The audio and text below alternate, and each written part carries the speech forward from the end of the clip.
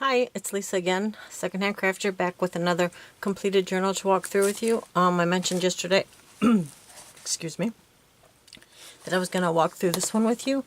It is a repurposed book, actually, hardcover book, excuse me.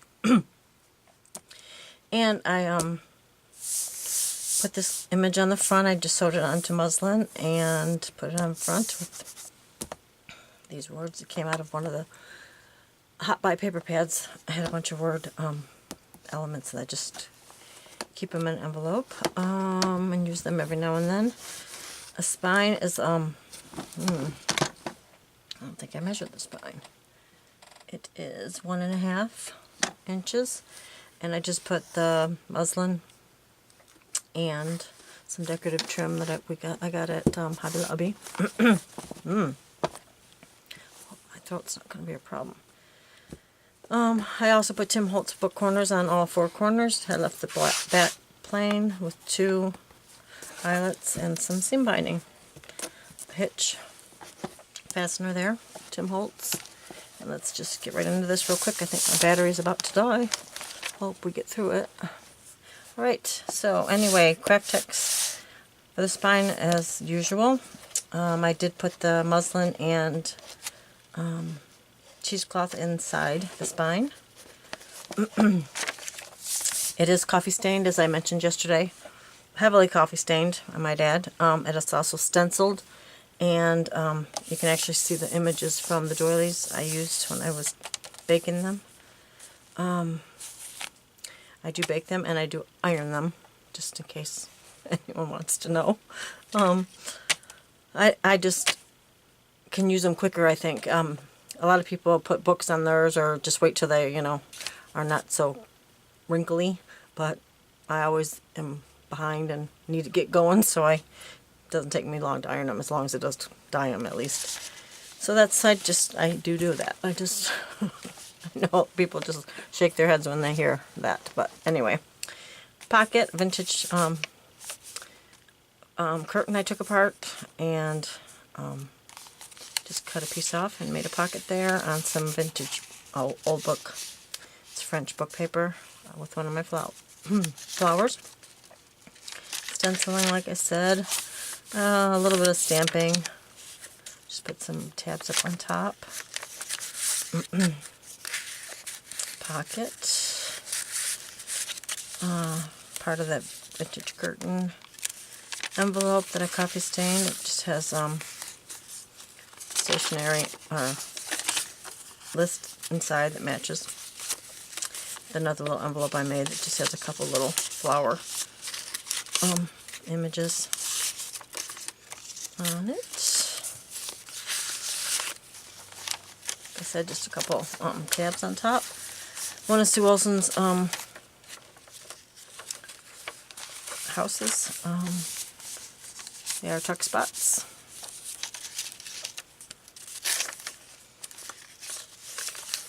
Just a pocket here, some rosette fabric. One of Sue Wilson's dress forms that you can journal on the back of. I just put a bow on there, and a card that I just put some lined index paper on there.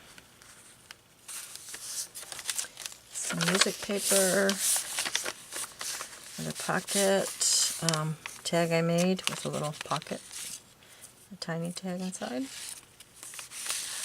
Some mini rosettes I bought from Hobby Lobby. Another one is Tsunami Roses. I use them all the time. I absolutely love them. Just a stamp there.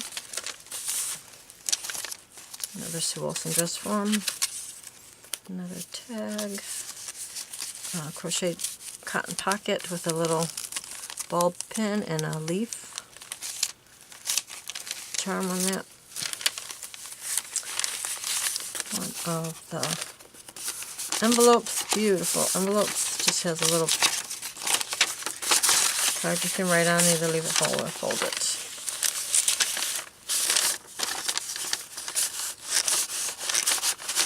Okay, I guess there was a reason why I folded it, because I couldn't get it in there. There we go. Just have some vintage seam binding, the lace seam binding on the paper clips. It's a pocket or a fold out here with a little stamp. Let's see, some more lace. That this one has been coffee stained. Another tag I made that says laughter.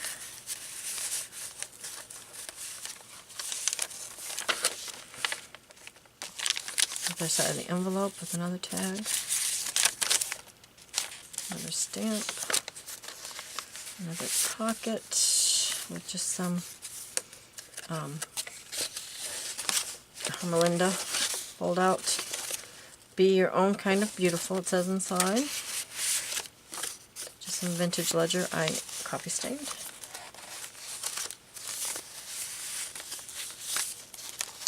Dragonfly folds out. There's a leaf there.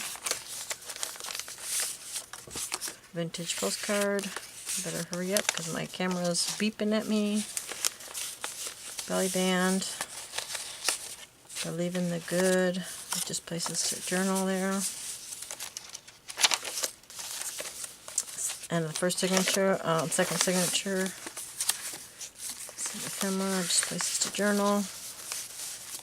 It's an envelope with a place there. Tag. And you fold it out, and there's another one in here.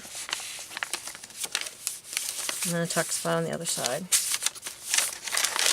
Plenty of journaling space. Some more of the vintage curtain.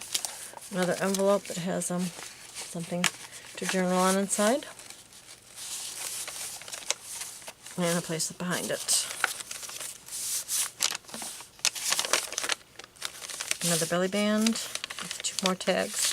This one has a decoupaged napkin on it. This is just some of the paper pad I just put over the page to journal on. Paper clip. Sagita pocket.